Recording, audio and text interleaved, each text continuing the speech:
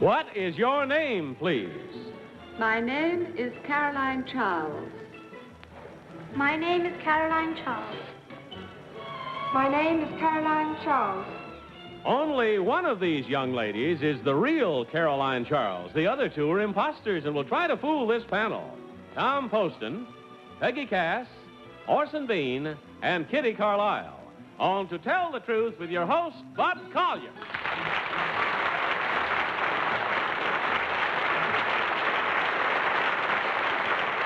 Thank you very much.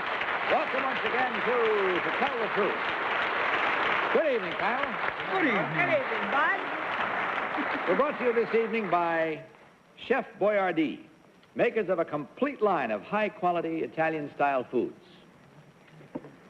Panel, if you don't mind opening up your first envelope, you can take its contents in your hands and follow along with me. I, Caroline Charles, am a dress designer in London, England. My clothes, 3 examples of which we are wearing, are all very mod and include such pace-setting styles as short discotheque dresses, 3/4-length skirts, coat suits, and, of course, lace stockings. I have just shown my latest collection here in New York City.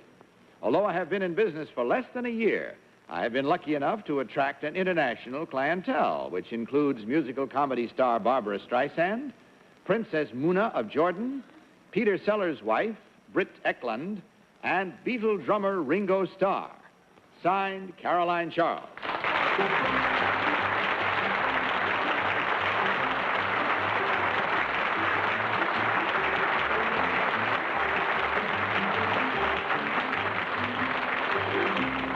Panel, these 3 young ladies all claim to be, as you heard, Caroline Charles, mod dress designer. We'll start this cross-examination, if we may, with Orson Bean. Orson? Yes, Miss Charles, number 1. What is it that Miss Streisand and Princess Muna and Peter Sellers' wife, Britt Eklund, and Ringo Starr could all wear?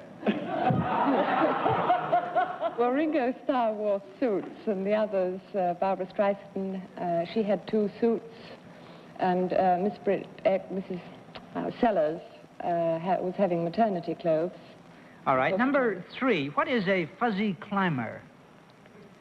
I don't know. Number 2, do you know what a fuzzy climber? Fuzzy climber. A Is it fuzzy an American climber. thing? Climber or climber? Climber. A fuzzy climber. It's an article of apparel, not too well known in this part of the world.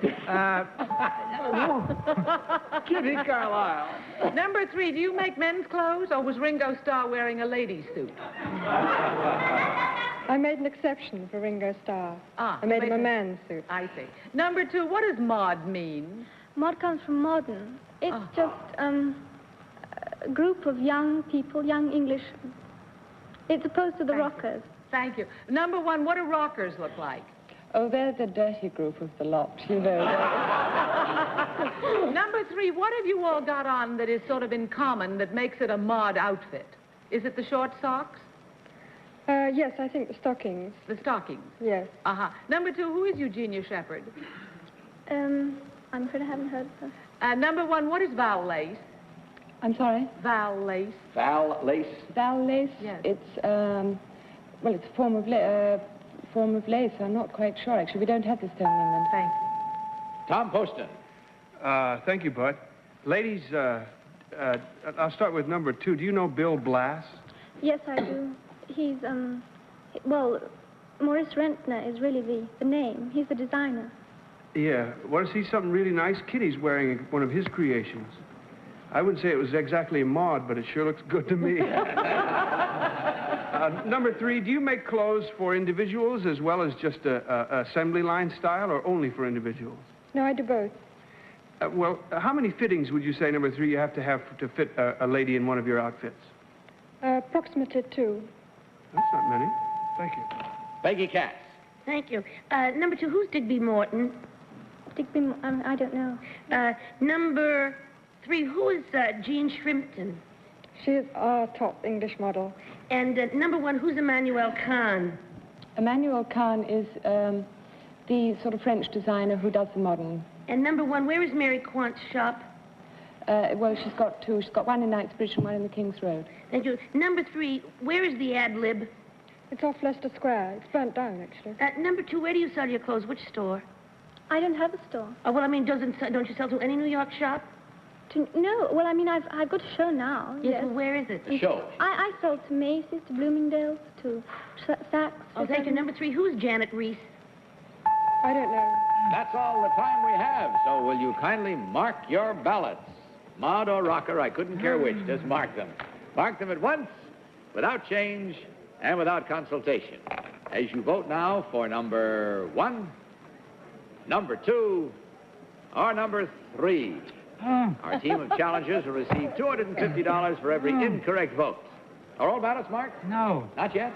I'm desperately torn. Giving you a tough one, have we? Oh, I can't bring myself to this. That's the last one. Very well. Tom, for whom did you vote? I voted for number 3, Bud.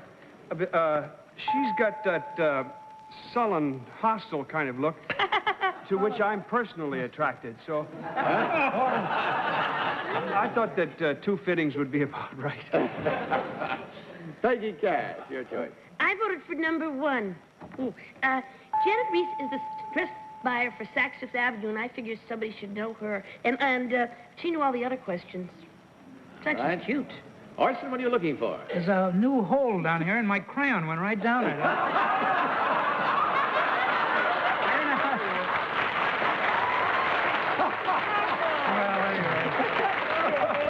Thank you, dear. That's sweet.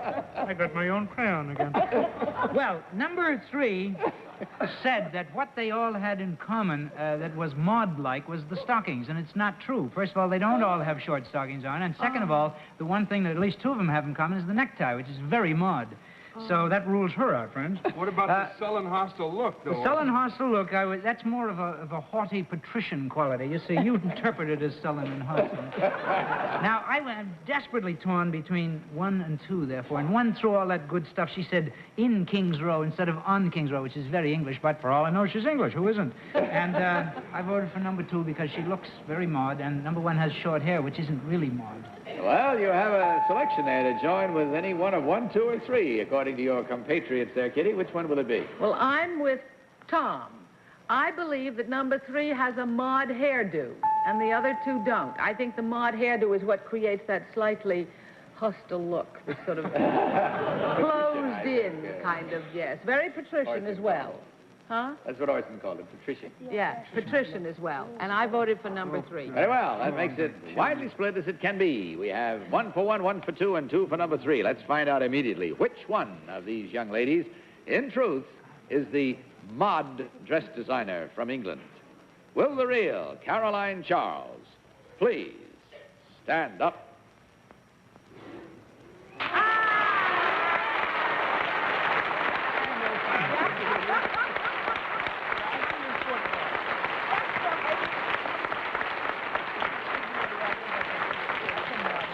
Caroline, I hope your success is not short-lived, but of long duration. I hope wish you every success. Thank you. Number 1, what is your real name and what do you really do? I'm sorry. My name is Ann Kirk, and I'm a stewardess with Pan American World Airways. And number 2, what is your real name and what do you do? My name is Anna Aragno, and I'm a ballet dancer. Well, ladies, in checking the score, you should be happy. There was a 50% cooling, and that's good. That's twice $250, or a total of $500 coming your way to divide. It may bring you great happiness. Also, on your way out, you'll receive a gift package of all of the fine products from the makers of Chef Boyardee. Thank you for joining us, and hope you enjoyed it as much as we did. Good night, and God bless you.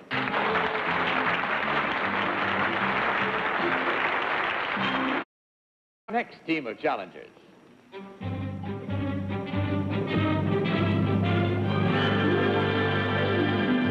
What is your name, please? My name is Lance Gibbs. My name is Lance Gibbs. My name is Lance Gibbs. Panel, please follow along with your copies of this story. I, Lance Gibbs, am a member of the World Championship West Indies cricket team. I am a spin bowler, the equivalent of a curveball pitcher in American baseball. I have been referred to as the best spin bowler in the world today, and I'm particularly well known for having performed the hat trick. The hat trick consists of putting 3 men out with 3 consecutive pitched balls. I accomplished my hat trick in championship play. This has been performed by only 13 players in the 700-year history of the game of cricket. Signed, Lance Gibbs.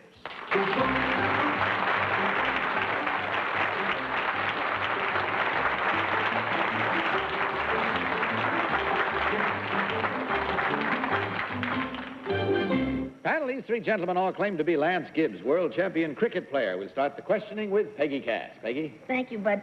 Number 2, which island are you from? I'm from Georgetown in British Guiana. And number 3, you? I'm from Georgetown, British Guiana. Oh, and number 1, what is a sticky wicket? A wicket that is impaired through rain. Through rain? Through rain. Oh, they're always saying people are on a sticky wicket. Well, there you are. Number 3, where is Lord's? In London. Number 2, what does it mean when they bowl 100?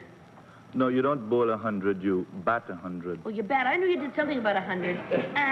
Number 1, whom did you defeat for this world championship? England. Oh, that was nice, wasn't it? Orson Bean. Yes, number 1. Are you from Georgetown, British Guiana, too? Yes, I'm from Georgetown, British Guiana. Is that the capital of British Guiana? Yes, it is. Who's your leader? Chetty Jagan. Who?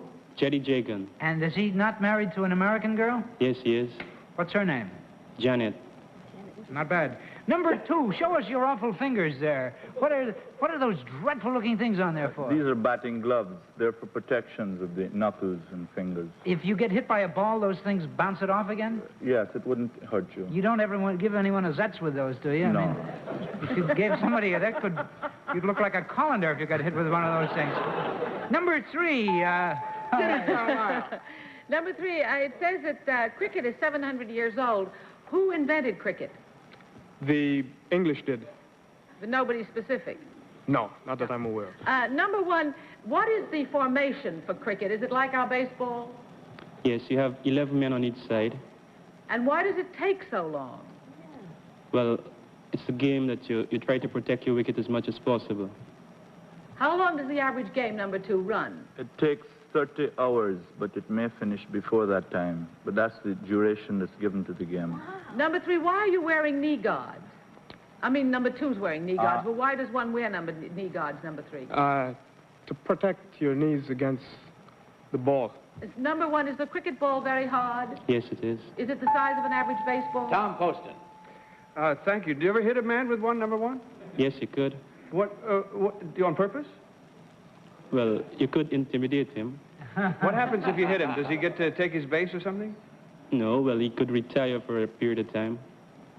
See, I'm not familiar with the game at all. I have to ask about the game. Are you right or left-handed, number 3? I'm right-handed. Are there left-handed bowlers? Yes, they are. Would you tell me another kind of bowler besides a spin bowler? There is a fast bowler. Thank you.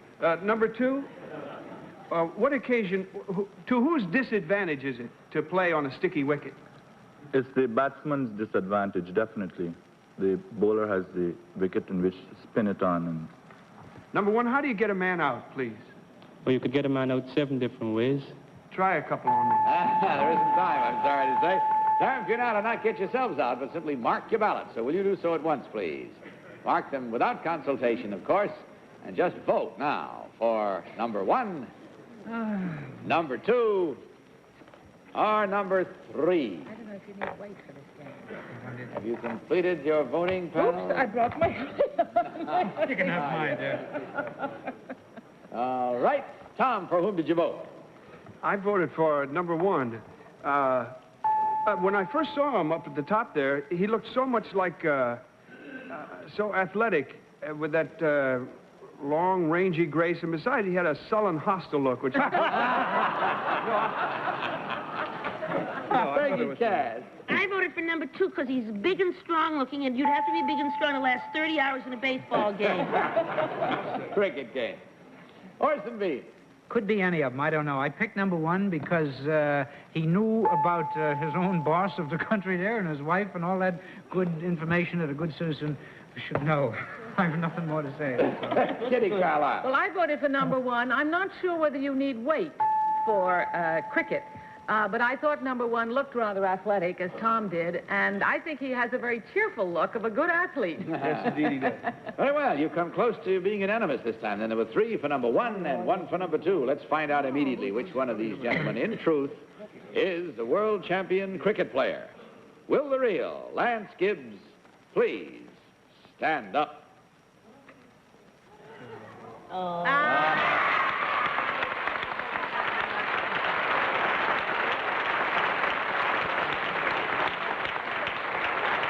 Thank you, sir, very much.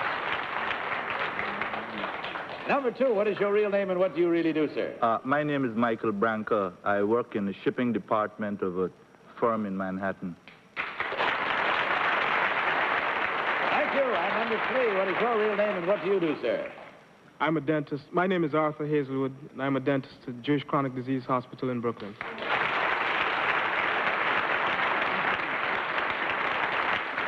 Taking the score, gentlemen, we find 1 incorrect vote, but that's worth a good, healthy $250 to you to divide. And we thank you very much for sharing your evening with us. We hope you look back upon it as a very happy occasion, as do we. Goodbye. And on your way out, of course, you'll receive a gift package of all the fine products from the makers of Chef Boyardee. Good night, and God bless you.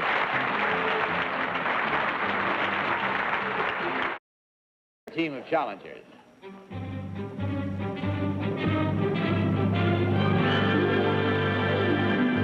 What is your name, please? My name is Robert Barnhart. My name is Robert Barnhart. My name is Robert Barnhart. Panel, please listen and follow along as I read. I, Robert Barnhart, am the commanding officer of the Navy destroyer Turner Joy. My crew and I have just returned from 7 months of sea duty in the crisis zones of the Far East. Last August, my ship and another destroyer, the Maddox, were involved in an historic action in Tonkin Gulf off the coast of North Vietnam. We were on routine patrol at night when we picked up a number of attacking communist PT boats on our radar. They continued coming at a speed of 50 knots and at close range fired their torpedoes. We then opened fire and sank 2 of the enemy vessels. Signed, Commander Robert Barnhart. Very well, panel. These 3 gentlemen all claim to be Robert Barnhart, commanding officer of the destroyer Turner Joy. And we'd start with Tom Poston, if we may, Tom. Oh, thank you. But, you know, it seems so capricious to us here. Maybe, Commander number 2, tell us why they attacked you. Why were your ships attacked? I'm afraid you'd have to ask the North Vietnamese why they attacked. Well, that leads me to my next question. Number 3, what nationality were the PT boats that attacked you? We presume they were North Vietnam. All right, I'll go to my next question. Number 1, were there any survivors? Not on your side, I mean on their side. Surviving boats, yes. Surviving crew members? Of the boats that were sunk, you mean? Yes. Not of the boats that were sunk. Oh, is it such a... Number 2, is it so devastating to hit a PT boat? Is everybody automatically dead in an action like that? We found none. Found no survivors? Yes. Thank you. Peggy Cass. Thank you. Number 2, did they damage your destroyers? No. No. Number 3, didn't they even hit them? No. Rotten shots, right? Number 1, what's a tin can? A destroyer. Number 3, what are tin cans named after? They're named after, in this case, an admiral. Oh, that was Turner Joy. An admiral. Admiral Joy. Number 2, how many personnel are on a PT boat? I would estimate around 6. Number 3, were these, who made the PT boats that they attacked us with? That I don't know. I mean, number 1, I hate to think it might have been one of our old PT boats, that's all. It was their PT boat. I would assume it was one of theirs. Thank you. Orson B. Number 2, are their PT boats about the same size as our PT boats? I think they are, yeah. How many men are on one of our PT boats? I would say around 6. Now, number 3, what time of day was this? This was at 2000. 2000, all right. Did you have any advance warning? Yes. You were expecting them when they came? Yes. Had they attacked before this? Yes. And why didn't you shoot the first time? Or did you? My ship wasn't there the first time. Did the American ship shoot the first time? Yes. But didn't hit any, right? That's right. Number one, why do you think... Kitty Carlisle. Oh, it's so exciting to meet you, gentlemen, whichever one it is. Number one, what was the first warning, inkling you had that the enemy were about to attack? Picking them up on the radar scope. Number two, then what happened? After we picked them up, we tracked them towards the ship. Well, what was the first general warning, number three? How did it happen? What was said? Doesn't somebody say something on a Navy ship when you have to get ready to attack? The first thing that I did was to clear with the commanding officer on another vessel. And what did you say? I asked permission to fire. Oh. Number one, would you give me the exact date of this encounter? Of my destroyer, August 4. August 4. That's it. Time for you now to mark your ballots. So please mark them with thought and care and without consultation, if you will, please, panel. Vote immediately and don't change once you've marked. Voting for number 1, number 2, or number 3. All ballots marked fairly quickly this time. Tom, for whom? Well, I must say, I admire the attitude and restraint of all of these men. As a matter of fact, I think any of them could be a good destroyer of a tin can. But I thought number 2 was more... not accurate exactly. I had to go by attitude because I didn't know enough about it to be able to challenge any of the other answers. But I like number 2's general attitude as a military man. Peggy Cass. Well, I voted for number 1. I always thought when there was a crisis on board a destroyer in the movies, they always yelled General Quarters. That's what I thought. So that's why I voted for him. Besides, he looks as though he looks at the ocean, got nice big blue eyes. Orson Bean. She sits up and watches all them old Brian Donlevy pictures. I voted for number 3 because I remember reading about it in the press, and it said that there had been an attack before, that they had been shot at and missed, and that in the second attack they were shot at and hit, and he said all that. Maybe he read the paper too, though. I don't know. Well, that splits it wide open again then, Kitty. With which are you dropping your ballot? I'm with number 3. I was so excited at meeting whichever one it is, and I'm so proud of whatever they did, that I don't know whether I got a very good vote in. But I thought it, yes, and I thought when he said what he told the other man on the other ship, it sounded very authentic and very full of authority. And I'd like to be on a destroyer with him if there's any trouble. There, watch it. All right. There we have it, with the votes all in and the marks made, the reasons given solidly. Let's find out how well they've come in sneaking up to the truth, as we learn now which one of these 3 gentlemen, in truth, is the commanding officer of the destroyer Turner Joy. Will the real Commander Robert Barnhart please stand up? No.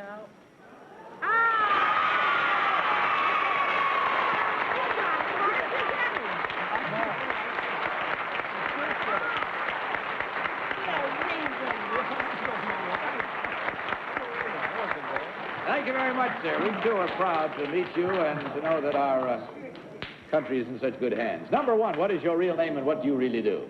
My name is John Bell. I'm a sales engineer with Cummins Engine Company. Thank you. Number 3, what is your real name and what do you really do? I'm Bill Carlback. I'm Deputy Director of the New York Field Office of the United States Department of Commerce.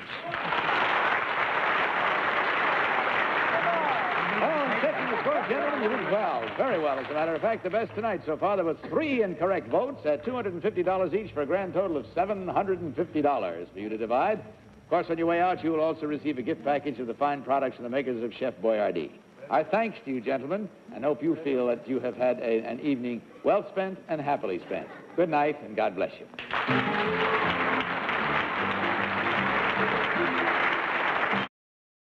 That's all we have time for tonight. Unfortunately, you make the time go fast. Thank you, panel. Thank you. Good night. And good night to all of you. Good night from Chef Boyardee. Don't forget to join us this same time next week, and I'll be with you tomorrow afternoon on the daytime show. In the meantime, don't you forget to tell the truth. Good night. To Tell the Truth is a Mark Goodson, Bill Sodman production. Can 2 lady elephants keep a secret? For a jumbo-sized helping of fun, you can't top a pair of playful pachyderms, as you'll learn on I've Got a Secret. To Tell the Truth has been brought to you tonight by Tristan tablets for relief of colds, misery, sinus congestion. Tristan to help unblock congestion that holds in colds, misery. Johnny Olson speaking for To Tell the Truth, the program pre-recorded.